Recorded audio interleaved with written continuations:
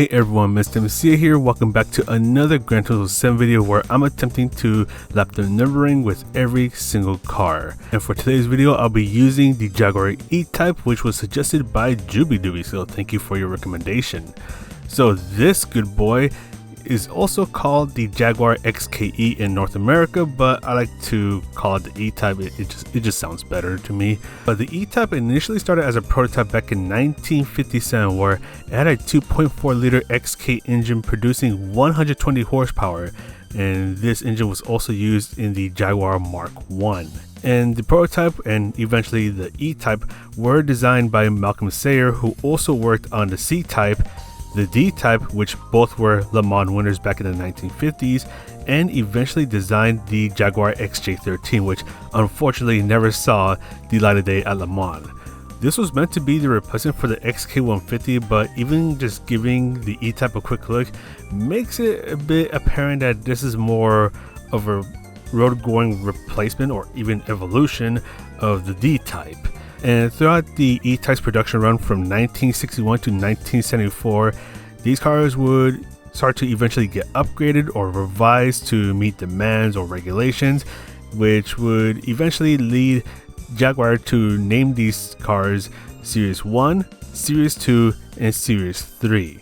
And the Jaguar that we have in Gran Turismo 7 is a Series 1 equipped with a 3.8 liter straight 6 engine producing 264 horsepower and 260 feet-pound of torque. And part of what made the E-Type pretty popular was that, well, for starters, they were not made in limited quantities. So throughout the entire lifespan of the E-Type, over 75,000 E-Types were made. And when they first came out, they were not that expensive. So at the time, they were around 2,000 pounds. So they costed way less than a Ferrari or an Aston Martin at the time. What also made the E-Type really popular was that one of these cars, the 9600 HP, was able to hit 150 miles an hour, which was huge at the time, to the point where it got a lot of press coverage and made the E-Type even more well known. Although it was eventually figured out that the 9600 HP was tweaked to be able to hit that speed. And lastly, there's the famous story about what happened at the 1961 Geneva Motor Show. So the 9600 HP was already at the show doing demonstration drives, and the Q for it was so high that the open top, also known as the 77RW, was requested to show up at Geneva the very next day. One little problem about this is that the 77RW was at Coventry doing test drives, and it was being driven by Norman Lewis, so he had to drive the E-Type overnight over 600 miles from Coventry all the way to the Geneva Motor Show, and he was able to cover that distance in 11 hours and make it in time to the Geneva Motor Show. And while I was researching this, I was able to find an interview where the Norman Lewis recounts his story during the 11-hour drive to the Geneva Motor Show. So I'll leave a link to that video in the description down below if you want to check it out. It's a pretty fascinating story that he tells. And another thing that I found out was that the car that Michael Myers uses for the Austin Power series is a 1967 Jaguar E-Type. That E-Type is the only one that was used for that film series, and it was recently sold in early 2025 for $800,000. But that's a very tiny little snippet of the Jaguar E-Type's history, because there's a lot of things that went on with the E-Type, whether it's a Series 1, 2, or 3. So I'll leave a couple links in the description down below if you want to read a few more things or watch a few more things about the E-Type, because there are some pretty fascinating stories about this car. But I want to try to keep this part a bit short so I can do the setup and do the Nurburgring Lap. So let's go ahead and see the Jaguar E-Type's default setup. So as I mentioned earlier, this Jaguar E-Type is a Series 1 with a 3.8 liter XK Inline-6 producing 264 horsepower and 260 feet-pound of torque. This car does have a pretty soft suspension setup with a pretty high ride height at 140 millimeters on both sides of the car. It has comfort medium tires, and the E-Type is perfectly balanced with a 50-50 front to rear weight balance. And finally, this E-Type has 4 gears. But let's go ahead and see how fast the Jaguar E-Type Series 1 can lap the Nurburgring. Okay, so I'm gonna be honest, when I saw that the Jaguar E-Type was on the cover medium tires, that already made me a little nervous because I thought that this car was gonna be like the Pontiac GT of the Judge, where it just wheel spin for days on end. But luckily that is not really the case with the E-Type, where it doesn't do as much wheel spin. If you're a little careful with the throttle input on corner exit, you'll be okay. But what you do have to be careful with is when you're braking hard, because if you try to brake hard and then turn almost right away, this car will act up and it will try to bite your head off. And you also do have to brake a little early, because sometimes this car does act up a little bit. So like right here, it acted up just a little bit, which ended up making me go wide and miss the apex.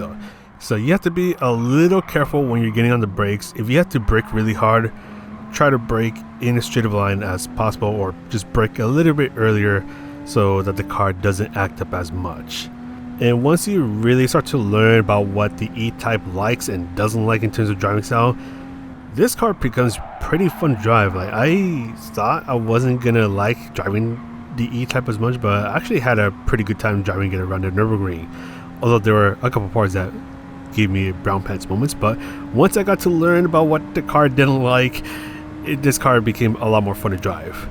Now this little kink right here is one of my favorite parts with the E-Type, where I brake hard for just a moment and the car goes into a nice little slide, but it's a very controllable slide, just being mindful with my throttle input, and I was able to keep up the momentum before I had to brake for Arenberg, which is the turn we just went through. Now here comes one of those parts where it's very important to brake a bit early and to try to get the car set up just right, because for example here, going through the foxhole and getting ready for the forest, I braked just a tad bit too late and I turned just a little too late, which sends me into a bit of a slide, and unfortunately I just ended up understeering all over the place, so that ended up costing me quite a bit of time. Luckily I was able to exit the forest in a much better fashion, but still the entry to the forest, I mean, it's already tricky by itself, but with a 6-year-old car it's a little trickier, and even on the comfort medium tires. So that was this recipe for me to just mess it all up. So gotta be a little careful through here, because the car does slide around just a little bit down to second gear for a bit more rotation, but exit on third gear. And here I am getting ready, or mentally preparing myself for a miss hit miss. So today's question of the day is, will I be able to nail down a miss hit miss with the Jaguar E-Type? So we're about to find out in just a moment, but I'm going to do a quick lift off our throttle, get myself set up for a miss hit miss. Gonna brake it nice and early so the car doesn't get too upset with me, but unfortunately I do turn in a little too late and end up doing more of a miss hit, so I did not nail down miss hit miss. So I do try to brake a bit early, because the Jaguar does get a bit understeery through this section of the track, so I had to be careful about that. Luckily able to exit on second gear, so no need to do the second and third gear shenanigans coming out the corners. And then right over here I did brake a bit too late and I almost went off track, so that would have been a run ruin right there, but luckily I was able to just barely keep it on track. Nice and easy getting back on the throttle, as we want to make sure that we don't get the car too upset with the bumpy terrain. And for this left kink, luckily the E-Type can take a flat out, no issues at all, but I do have to brake a bit early for the Kelso chain, so I'm going to brake before the blue dot and get a nice turn in, and just be nice and careful getting back on the throttle so the car doesn't step out too much. And luckily the E-Type was on its best behavior.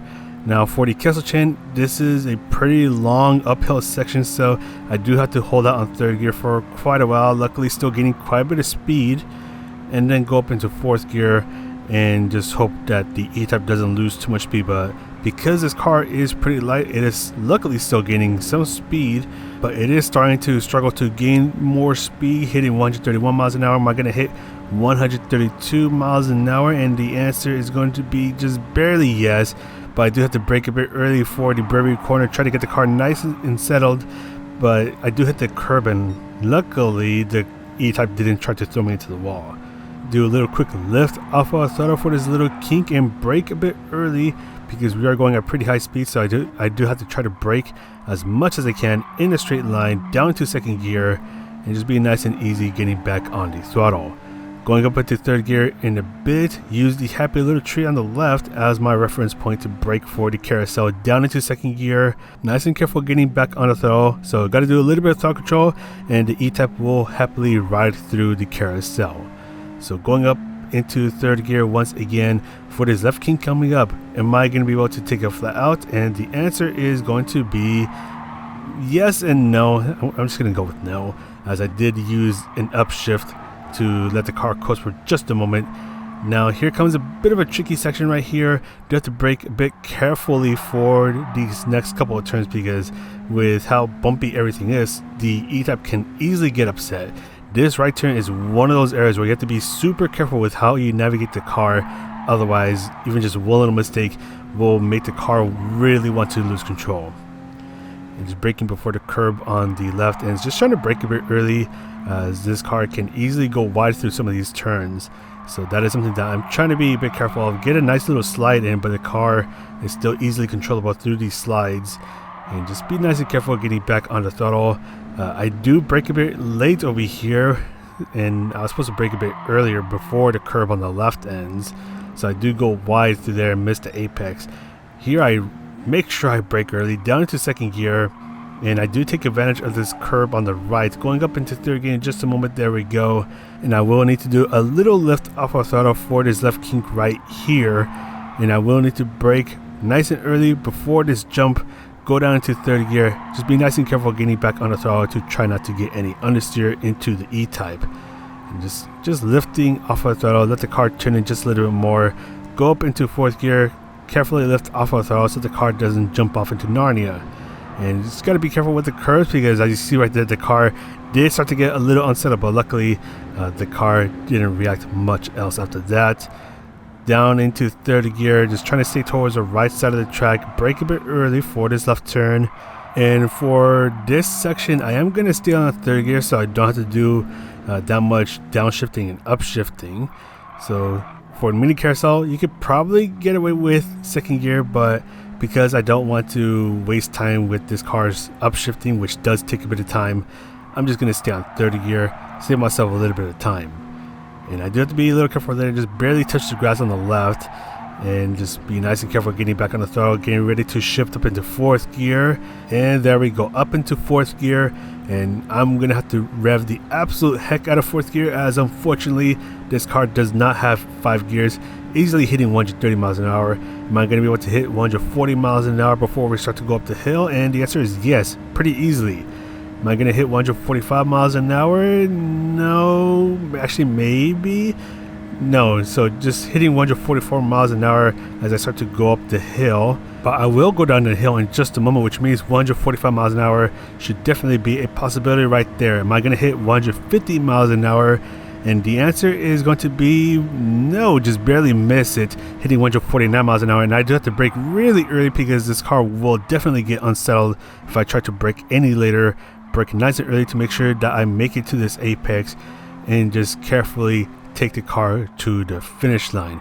Unfortunately, just go a little wide on the very last corner. Rev the absolute heck out of second gear before grabbing third gear. With this, I was able to hit 8 minutes and 19.021 seconds. And this brings the Jaguar E-Type to 4th place, just barely missing out on getting the DeLorean by 0.2 of a second. But thank you so much for watching this video. If you like this video, please do consider hitting the like and the subscribe button. And if you'd like to suggest a car for me to try, definitely do let me know in the comments down below. And again, for now, I would suggest a road car, as I want to give these cars a bit of time to shine before the race cars start to show up. But that's going to be it for me. Thank you so much for watching. This is Mr. MCA, and I'll see you in the next video.